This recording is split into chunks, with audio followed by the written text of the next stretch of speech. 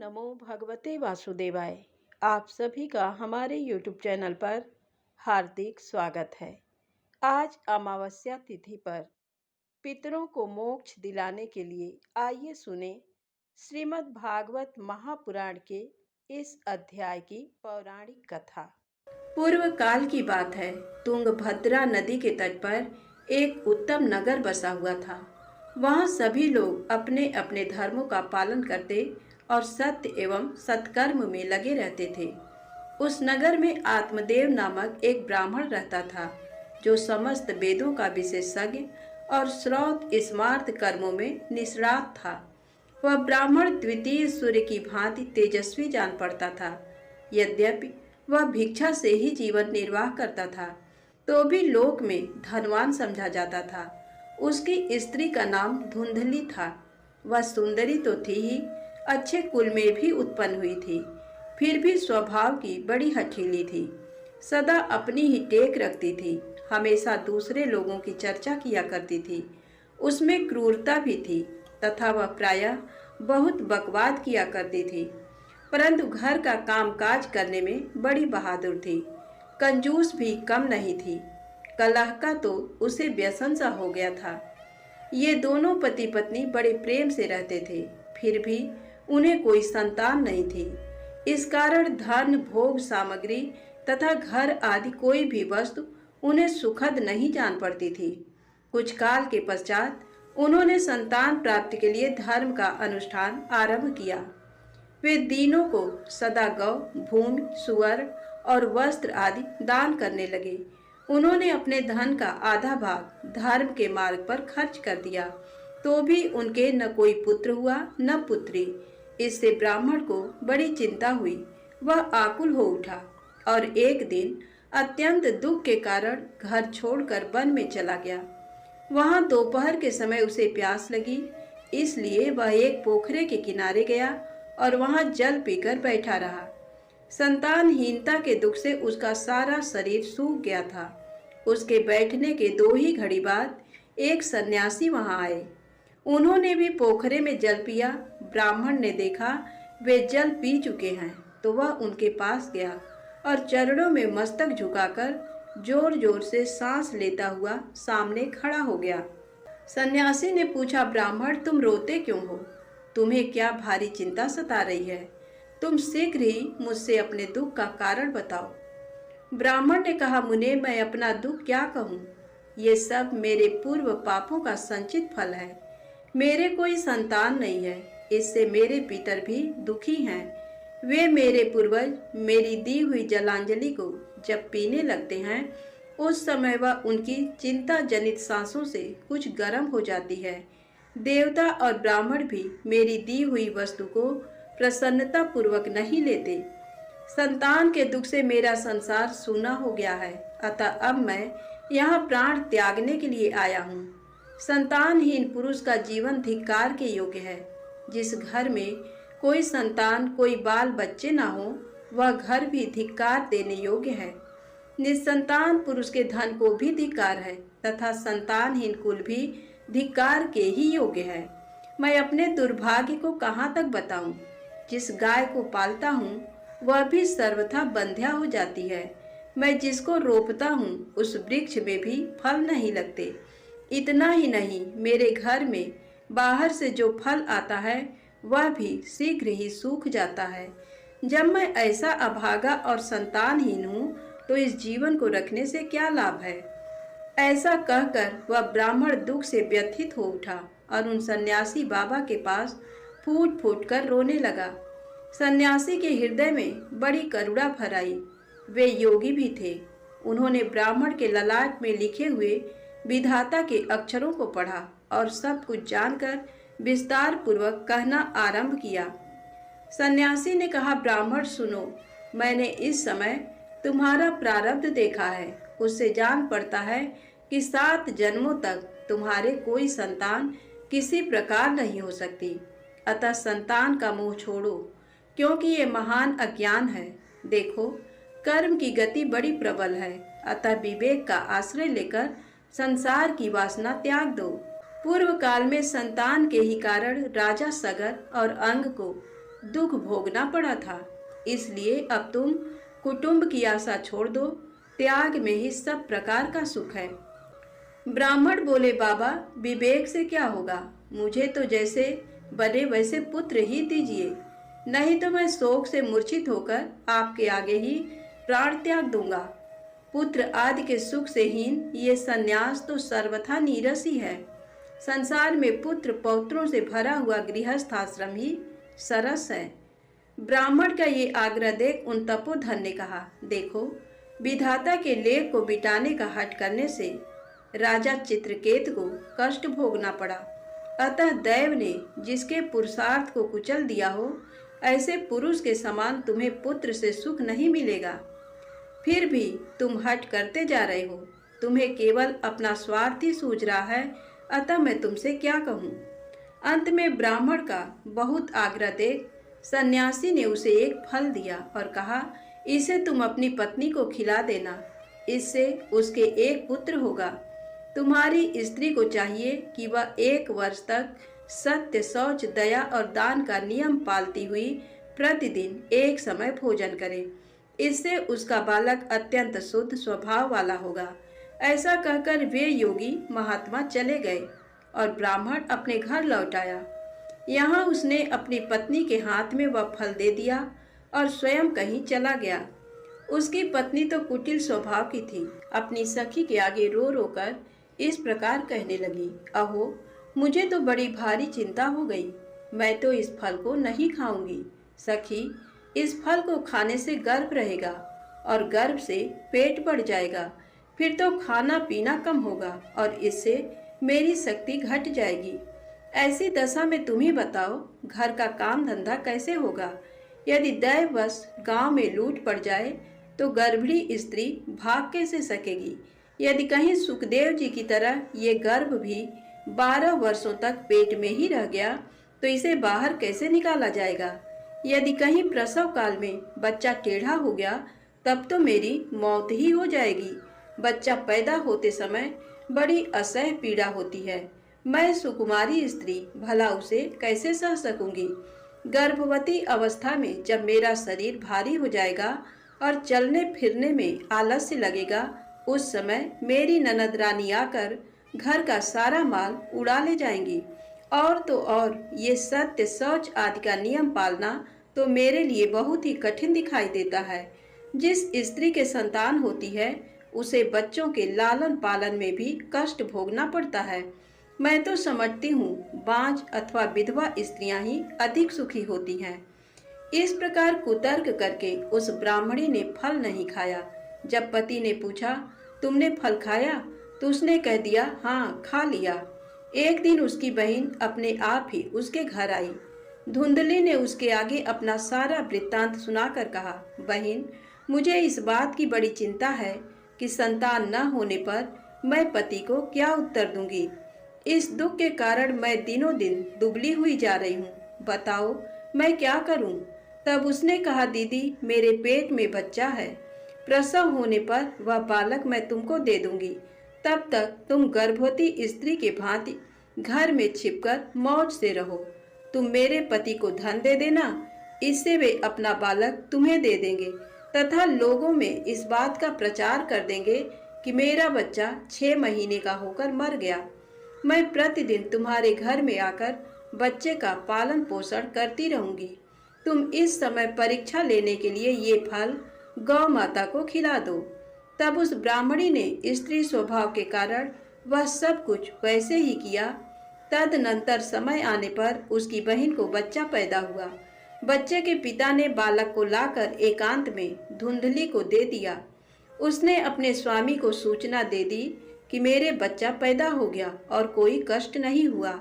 आत्मदेव के पुत्र होने से लोगों को बड़ी प्रसन्नता हुई। ब्राह्मण ने बालक का जात कर्म संस्कार करके ब्राह्मणों को दान दिया। उसके दरवाजे पर गाना बजाना आदि नाना प्रकार का मांगलिक उत्सव होने लगा। धुंधली ने स्वामी से कहा, मेरे स्तनों में दूध नहीं है, फिर गाय भैंस आदि अन्य जीवों के दूध से मैं बालक का पोषण कैसे करूंगी। मेरी बहन को भी बच्चा हुआ था किंतु वह मर गया, अतः अब उसी को बुलाकर घर में रखिए। वही आपके बालक का पालन पोषण करेगी। उसके पति ने पुत्र की जीवन रक्षा के लिए सब कुछ किया। माता ने उसका नाम धुंधकारी रखा। तदनंतर 3 महीने बीतने के बाद ब्राह्मण की गौ ने भी एक बालक को जन्म दिया, जो सर्वांग सुंदर, दिव्य, निर्मल तथा सुवर्ण किसी कांति वाला था। उसे देखकर ब्राह्मण देवता को बड़ी प्रसन्नता हुई और उसने स्वयं ही बालक के सब संस्कार किए। उस बालक के कान गौ के समान थे। ये देखकर आत्मदेव ने उसका नाम गोकर्ण रख दिया। कुछ काल व्यतीत होने पर वे दोनों बालक जवान हो गए। उनमें गोकर्ण तो पंडित और ज्ञानी हुआ, किंतु धुंधकारी महादुष्ट निकला। स्नान और शौचाचार का तो उसमें नाम भी नहीं था। वह अभक्ष्य भक्षण करता, क्रोध में भरा रहता और बुरी बुरी वस्तुओं का संग्रह किया करता था। भोजन तो वह सबके हाथ का कर लेता था, चोरी करता, सब लोगों से द्वेष बढ़ाता, दूसरों के घरों में आग लगा देता और खिलाने के बहाने छोटे बच्चों को पकड़कर कुएं में डाल देता था। जीवों की हिंसा करने का उसका स्वभाव हो गया था।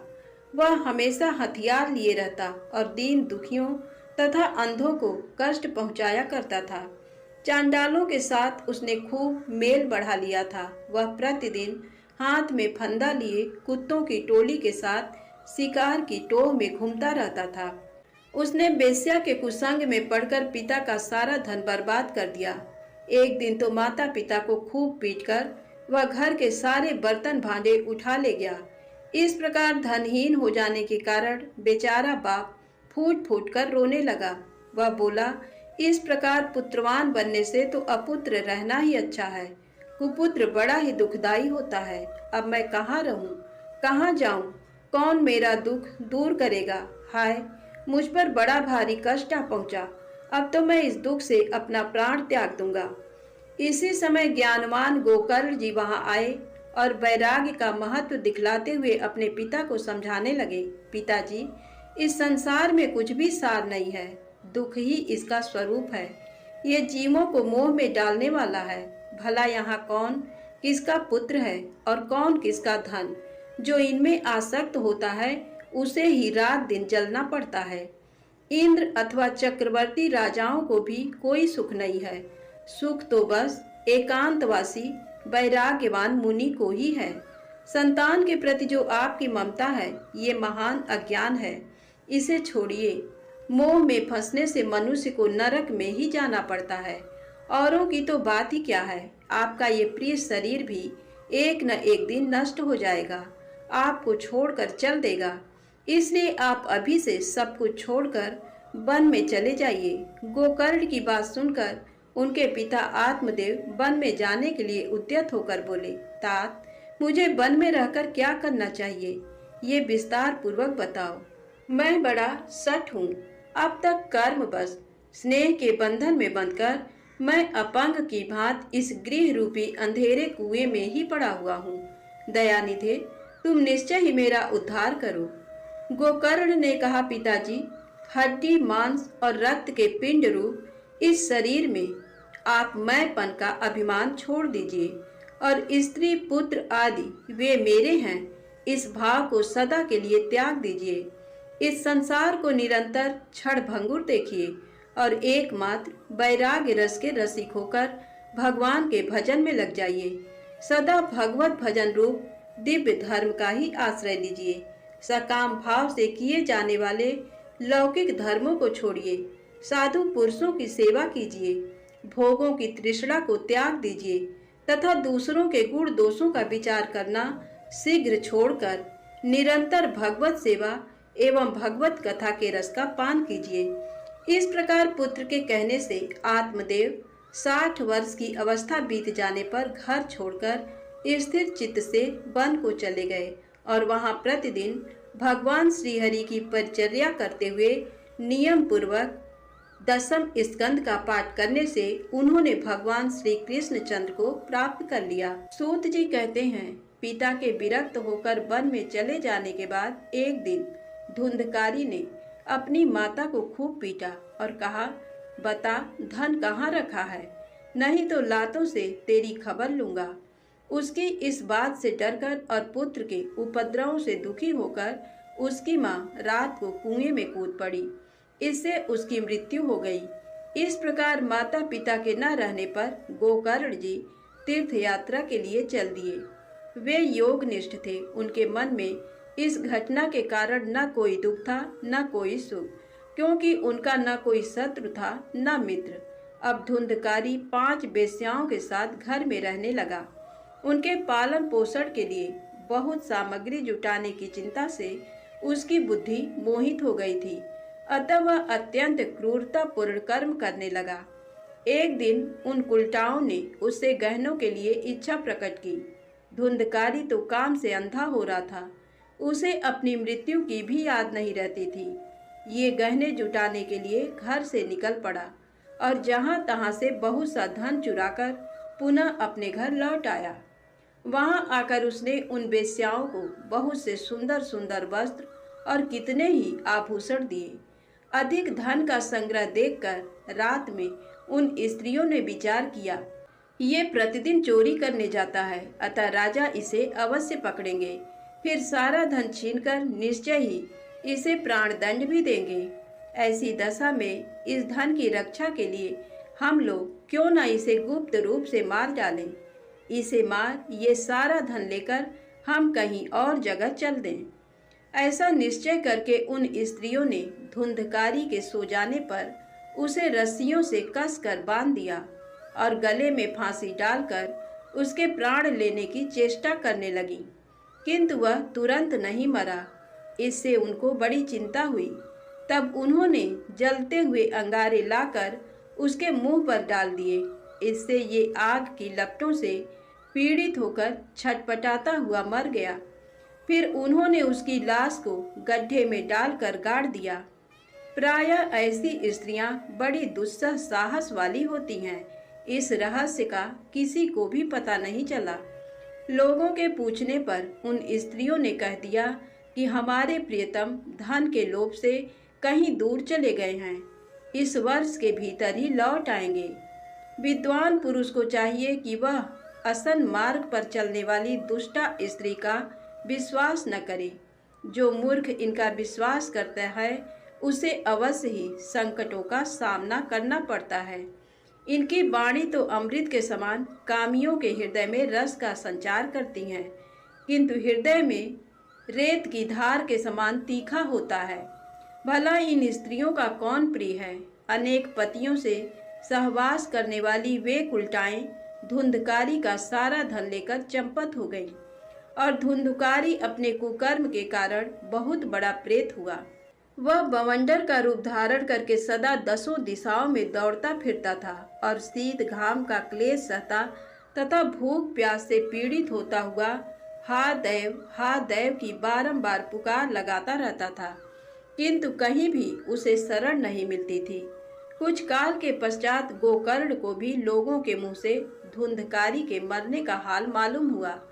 तब उसे अनाथ समझकर उन्होंने उसके लिए गया जी में श्राद्ध किया और तब से जिस तीर्थ में भी वे चले जाते वहां उसका श्राद्ध अवश्य करते थे। इस प्रकार तीर्थों में भ्रमण करते हुए गोकर्ण जी एक दिन अपने गांव में आए और रात्रि के समय दूसरों की दृष्टि से बचकर वे अपने घर के आंगन में सोने के लिए गए। अपने भाई गोकर्ण को वहां सोया देख धुंधकारी ने आधी रात के समय उन्हें अपना महाभयंकर रूप दिखाया। वह कभी भेड़ा, कभी हाथी, कभी भैंसा, कभी इंद्र और कभी अग्नि का रूप धारण करता था। अंत में पुनः मनुष्य के रूप में प्रकट हुआ। गोकर्ण जी बड़े धैर्यवान महात्मा थे। उन्होंने उसकी विपरीत अवस्थाएं देखकर जान लिया कि ये कोई दुर्गत में पड़ा हुआ जीव है। तब उन्होंने पूछा, अरे भाई तू कौन है? रात्रि के समय अत्यंत भयानक रूप में क्यों प्रकट हुआ है? तेरी ऐसी दशा क्यों हुई है? हमें बता तो सही। तू प्रेत है या पिशाच है अथवा कोई राक्षस है? उनके ऐसा पूछने पर वह बारंबार उच्च स्वर से रोदन करने लगा। उसमें बोलने की शक्ति नहीं थी, इसलिए केवल संकेत मात्र किया। तब गोकर्ण जी ने अंजलि में जल ले उसे अभिमंत्रित करके धुंधकारी के ऊपर छिड़क दिया। उस जल से सींचने पर उसका पाप ताप कुछ कम हुआ। तब वह इस प्रकार कहने लगा, भैया, मैं तुम्हारा भाई धुंधकारी हूँ। मैंने अपने ही दोष से अपने ब्राह्मणत्व का नाश किया है। मैं महान अंधकार में चक्कर लगा रहा था। मेरे पाप कर्मों की कोई गिनती नहीं है। मैंने बहुत लोगों की हिंसा की थी, अतः मैं भी स्त्रियों द्वारा तड़पा तड़पा कर मारा गया।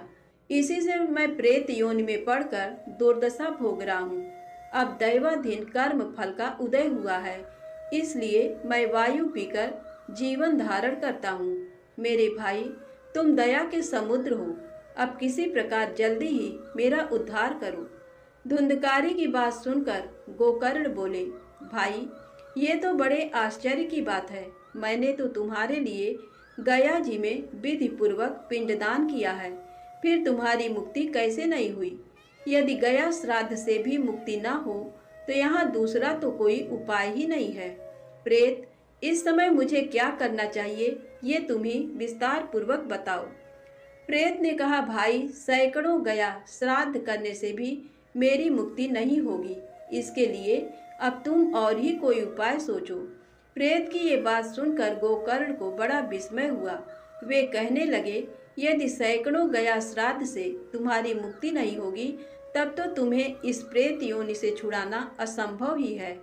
अच्छा, इस समय तो तुम अपने स्थान पर ही निर्भय होकर रहो। तुम्हारी मुक्ति के लिए कोई दूसरा उपाय सोचकर उसी को काम में लाऊंगा। गोकर्ण की आज्ञा पाकर धुंधकारी अपने स्थान पर चला गया।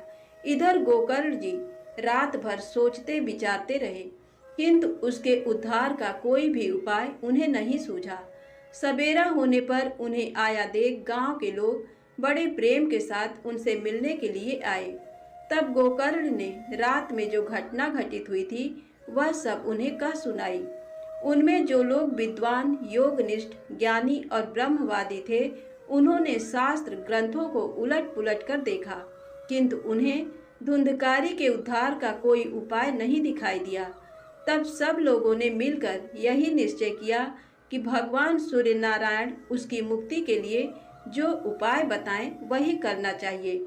ये सुनकर गोकर्ण ने भगवान सूर्य की ओर देखकर कहा, भगवान, आप सारे जगत के साक्षी हैं, आपको नमस्कार है। आप मुझे धुंधकारी की मुक्ति का साधन बताइए। ये सुनकर सूर्यदेव ने दूसरे ही स्पष्ट वाणी में कहा, श्रीमद् भागवत से मुक्ति हो सकती है, तुम उसका सप्ताह पारायण करो। भगवान सूर्य का ये ध्वनि रूप वचन वहाँ सब लोगों ने सुना और सबने यही कहा, ये तो बहुत सरल साधना है, इसको यत्न पूर्वक करना चाहिए। गोकर्ण जी भी ऐसा ही निश्चय करके कथा बाँचने को तैयार हो गए। उस समय वहाँ कथा सुनने के लिए आसपास के स्थानों और गांवों से लोग एकत्रित होने लगे। अपंग, अंधे, बूढ़े और मंदभागी पुरुष भी अपने पापों का नाश करने के लिए वहां आ पहुँचे। इस प्रकार यहाँ बहुत बड़ा समाज जुट गया, जो देवताओं को भी आश्चर्य में डालने वाला था। जिस समय गोकर्ण जी व्यास गद्दी पर बैठकर कथा बाँचने लगे, उस समय वह प्रेत भी वहां आया और इधर उधर बैठने के लिए स्थान ढूंढने लगा।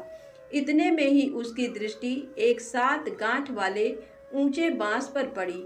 उसी के नीचे वाले छेद में घुसकर वह कथा सुनने के लिए बैठा। वायु रूप होने के कारण वह बाहर कहीं बैठ नहीं सकता था, इसलिए बांस में ही घुस गया था। गोकर्ण जी ने एक वैष्णव ब्राह्मण को प्रधान श्रोता बनाकर पहले स्कंद से ही स्पष्ट वाणी में कथा सुनानी आरंभ की।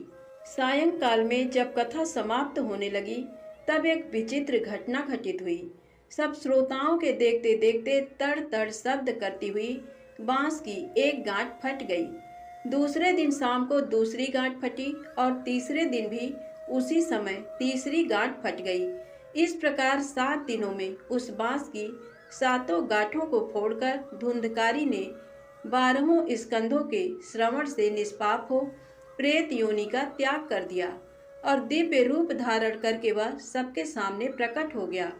उसका मेघ के समान श्याम वर्ण था, शरीर पर पीतांबर शोभा पा रहा था, गले में तुलसी की माला उसकी शोभा बढ़ा रही थी, मस्तक पर मुकुट और कानों में दिव्य कुंडल झलमला रहे थे। उसने तुरंत अपने भाई गोकर्ण को प्रणाम किया और कहा, भाई, तुमने कृपा करके मुझे प्रेत योनि के क्लेशों से मुक्त कर दिया। प्रेत योनि की पीड़ा नष्ट करने वाली ये श्रीमद् भागवत की कथा धन्य है तथा भगवान श्री कृष्ण के परम धाम की प्राप्ति कराने वाला इसका सप्ताह पारायण भी धन्य है। सप्ताह कथा सुनने के लिए बैठ जाने पर सारे पाप कांपने लगते हैं। उन्हें इस बात की चिंता होती है कि अब ये कथा शीघ्र ही हम लोगों का अंत कर देगी। जैसे आग गीली, सूखी, छोटी और बड़ी सभी तरह की लकड़ियों को जला डालती है, उसी प्रकार ये सप्ताह श्रवण मन, वाणी और क्रिया द्वारा किए हुए इच्छा या अनिच्छा से होने वाले छोटे बड़े सभी तरह के पाप को भस्म कर देता है। विद्वानों ने देवताओं को सभा में कहा है कि इस भारतवर्ष में जो पुरुष श्रीमद् भागवत की कथा नहीं सुनते, उनका जन्म व्यर्थ ही है। इस लोक में श्रीमद् भागवत का सप्ताह सुनने से अपने निकट ही भगवान की प्राप्ति हो जाती है। अतः सब प्रकार के दोषों की निवृत्ति के लिए एकमात्र यही साधन है। जहाँ कथा श्रवण करने से जड़ एवं सूखे बांस की गांठें फट सकती हैं। धुंधकारी इस प्रकार की बातें कह ही रहा था कि उसे लेने के लिए आकाश से एक विमान उतरा। उससे चारों ओर मंडलाकार प्रकाश पुंज फैल रहा था। उसमें भगवान के बैकुंठवासी पार्षद विराजमान थे। धुंधकारी सब लोगों के देखते देखते उस विमान पर जा बैठा। उसमें आए हुए श्री विष्णु पार्षदों को देखकर गोकर्ण ने उनसे इस प्रकार पूछा, भगवान के परिकरों, यहाँ तो बहुत से शुद्ध अंतःकरण वाले मेरी कथा के श्रोता बैठे हुए हैं। आप लोग एक ही साथ इनके लिए भी विमान क्यों नहीं लाए? देखने में आता है सबने समान रूप से यहाँ कथा श्रवण किया है, फिर फल में क्यों इस प्रकार भेद हुआ, ये बताने की कृपा कीजिए। भगवान के पार्षद बोले, गोकर्ण जी, इनके कथा श्रवण में भेद होने से ही फल में भी भेद हुआ है। यद्यपि श्रवण सब लोगों ने ही किया है, किंतु इसके जैसा मनन किसी ने नहीं किया है, इसीलिए फल में भेद हुआ है। पुनः कथा श्रवण करने पर ये फल भेद भी दूर हो जाएगा। प्रेत ने 7 रात उपवास करके कथा श्रवण किया है, अतः उसने स्थिर चित्त से भली भांति मनन आदि किया है। जो ज्ञान दृढ़ नहीं होता वह व्यर्थ हो जाता है। इसी प्रकार ध्यान न देने से श्रवण, संदेह से मंत्र और चंचल चित्त होने से जप निष्फल हो जाता है। वैष्णव पुरुषों से रहित देश, कुपात्र ब्राह्मण से कराया हुआ श्राद्ध, अश्रोत्री को दिया हुआ दान और सदाचारहीन कुल भी नष्ट ही समझना चाहिए। गुरु के वचनों में विश्वास हो, अपने में दीनता की भावना बनी रहे, मन के दोषों को काबू में रखा जाए और कथाएं दृढ़ निष्ठा बनी रहें। इन सब बातों का यदि पालन किया जाए तो अवश्य ही कथा श्रवण का पूरा पूरा फल मिलता है। पुनः कथा श्रवण करने के पश्चात इन सब लोगों का वैकुंठ में निवास निश्चित है। गोकर्ण जी, तुम्हें तो स्वयं भगवान श्री कृष्ण ही गोलोक प्रदान करेंगे। ऐसा कहकर वे सब पार्षद भगवान के नामों का कीर्तन करते हुए वैकुंठ धाम में चले गए। उसके बाद गोकर्ण जी ने पुनः श्रावण मास में कथा बाँची। सब लोगों ने 7 दिन तक उपवास करके कथा श्रवण किया। नारद जी, कथा की समाप्ति होने पर वहाँ जो कुछ हुआ उसे सुनिए। उस समय बहुत से विमानों को साथ लिए भक्तों सहित साक्षात भगवान उस स्थान पर प्रकट हो गए। चारों ओर से जय जयकार और नमस्कार के शब्द बारंबार सुनाई देने लगे। भगवान ने प्रसन्न होकर वहां स्वयं भी अपने पांचजन्य नामक शंख को बजाया तथा गोकर्ण को छाती से लगाकर उन्हें अपने समान ही बना लिया। उनके सिवा और भी जितने श्रोता थे उन सबको श्री हरि ने एक ही क्षण में अपना सारूप्य दे दिया। वे सभी मेघ के समान श्याम वर्ण, पीतांबरधारी तथा किरीट और कुंडलों से सुशोभित हो गए। उस गांव में कुत्ते और चांडाल आदि जितने भी जीव थे उन सबको गोकर्ण की दया से भगवान ने विमान पर बिठा लिया और वैकुंठ धाम में भेज दिया, जहां योगी पुरुष जाया करते हैं। तत्पश्चात भक्त वत्सल भगवान गोपाल कथा श्रवण से प्रसन्न हो गोकर्ण को साथ ले गोप वल्लभ गोलोक धाम को पधारे। जैसे पूर्व काल में समस्त अयोध्यावासी भगवान श्री रामचंद्र जी के साथ साकेत धाम में गए थे, उसी प्रकार भगवान श्री कृष्ण ने उस गांव के सब मनुष्यों को योगियों के लिए भी दुर्लभ गोलोक धाम में पहुंचा दिया, जहां सूर्य चंद्रमा और सिद्ध पुरुषों की भी कभी पहुंच नहीं होती। उसी लोक में वहां के सब प्राणी केवल श्रीमद् भागवत की कथा सुनने से चले गए। धन्यवाद दोस्तों। कथा अच्छी लगी हो तो कृपया चैनल को लाइक सब्सक्राइब अवश्य करें। एक बार प्रेम से बोलिए भक्त वत्सल भगवान की जय। श्रीमद् भागवत महापुराण की जय।